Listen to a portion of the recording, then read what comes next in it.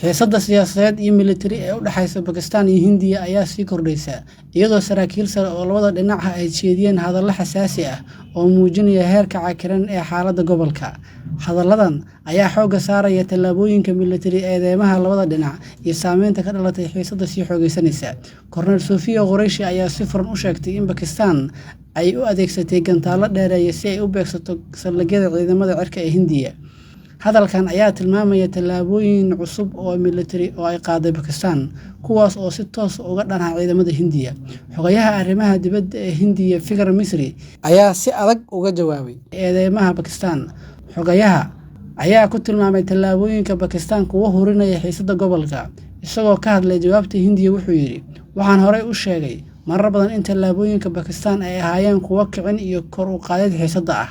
Hindiya waxay uga falcelisay tallaabooyinkaas si mas'uuliyad leh oo xakamaysan, iyadoo isdifaacaysa oo aan kicin dagaal. Subaxnimadii hore ee maanta waxaan mar kale aragnay isla qaabkii kacsanaanta iyo kicinta ahaa oo ay Pakistan muujisay." Hadalkan ayaa xoojinaya eedaha ay Hindiya u soo jeedisay Pakistan, iyadoo ku tilmaamtay inay tahay dhinaca hurinaya xiisadaha gobolka.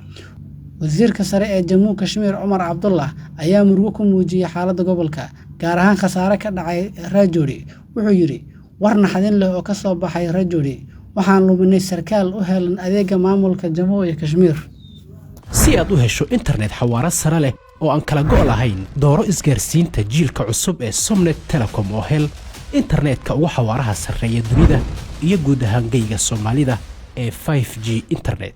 Si fudud u xulo xirmada internet ee ku habboon baahiyahaaga adigoo garaacaya xidig 544 gees oo ku raaxayso internet xawaare sare leh. Somnet Telecom, isgaarsiinta jiilka cusub.